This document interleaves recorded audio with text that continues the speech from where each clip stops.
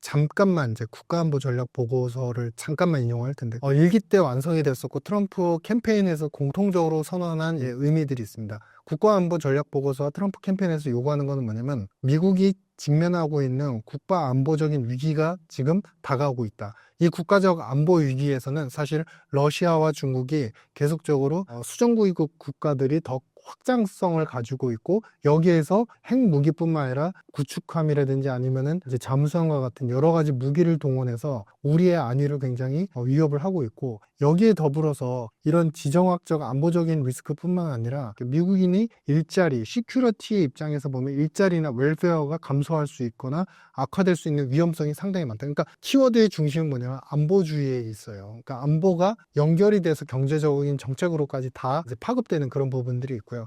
이러한 미국의 어떤 안보적인 위세나 여러 가지 패권을 갖다 위협하고 있는 국가, 국민, 그런 차원에서 우리가 충분히 적대적 대응을 해야 되지만, 여기에 기여를 해서 어느 정도 우리의 국가 안보적인 안정성을 기여하는 국가들한테는 어느 정도 협력을 강화하면서 파트너십을 맺는다라고 표현을 하고 있어요. 그러니까 이 얘기는 뭐냐면, 여기에서 행간의 의미를 보시면 국가적으로 안보적으로 기여를 하는 국가들, 그리고 여기에 경제적인 기여까지 다 포함이 되는 것이죠. 이 기여를 하는 국가들에 대해서는 충분히 파트너십을 맺을 수 있다. 이 의미를 조금 더 확대해서 해석을 해보시면, 일반 관세를 매긴다고 했잖아요. 일반 관세를 매기지만 해당 국가가 충분한 기여를 하는 경우에는 관세를 안 매길 수도 있다는 거예요. 그리고 두 번째는 뭐냐면, 이와 관련해서 미국이 필요한 산업, AI하고 바이오입니다. 근데 이 산업에 대해서 충분히 기여하고 인프라 시설에 대한 투자를 충분히 할 수 있는 국가들이나 민간 기업들에게는 보조금이나 여러 가지 혜택을 줄 수도 있다. 즉, 미국이 이번에 제국주의적 어떤 행태를 구축하게 되면 무조건 관세 때리기로만 일변하진 않을 것이다. 관세를 어느 정도 실제로 처음에는 때리고, 그리고 나서 지금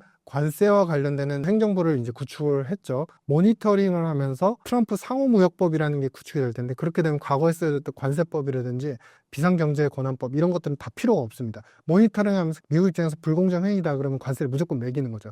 그러는 와중에 기여를 하는 국가들한테 베너핏을 충분히 주는, 관세를 매기거나 아니면 다운시키거나 아예 없애거나, 산업적으로 봐도 관세를 어느 정도 충분히 기여하는 기업한테는, 산업에서는 관세를 매기지 않은 차등 관세가 매겨질 수 있다는 것이고요. 두 번째는 이와 연결해서 환과 금융 정책에서도 충분히 베너핏을 줄 수 있다. 예를 들어서 아까 환율 조작에서 배제를 시켰다고 말씀드렸잖아요. 근데 더 중요한 거는, 미국식 금융주의가 이제 더 확대가 되게 되면 사실은 미국이 달러에 대한 전 세계적인 지배력을 다 강화를 시킬 것이고, 여기에서 결국에 이제 달러 시스템에 어느 정도 들어가서 같이 어느 정도 호혜적으로 이제 활동을 할 수 있는 국가. 아주 쉽게 말씀드리면 미국 금융기관, 그리고 미국의 상업은행들, 그 미국이 만들어 놓은 많은 투자 플랫폼들이나 상품들에 어느 정도 접근이 가능한 국가와 그렇지 않은 국가들을 차별화할 가능성이 있다는 겁니다. 아마도 이런 구체적인 계획들은 트럼프 2기 이제 행정부 구축하고 나면 더 구체화될 것으로 보이고요. 이 중에 하나가 이제 비트코인을 더 이제 확대를 하겠다라는 정책이기도 한데, 이런 부분들을 갖다가 확대하는, 이 얘기를 한마디로 말씀드리면, 트럼프식의 제국주의는 차등을 두면서 가는, 베너핏을 차등을 두면서 가고, 여기에서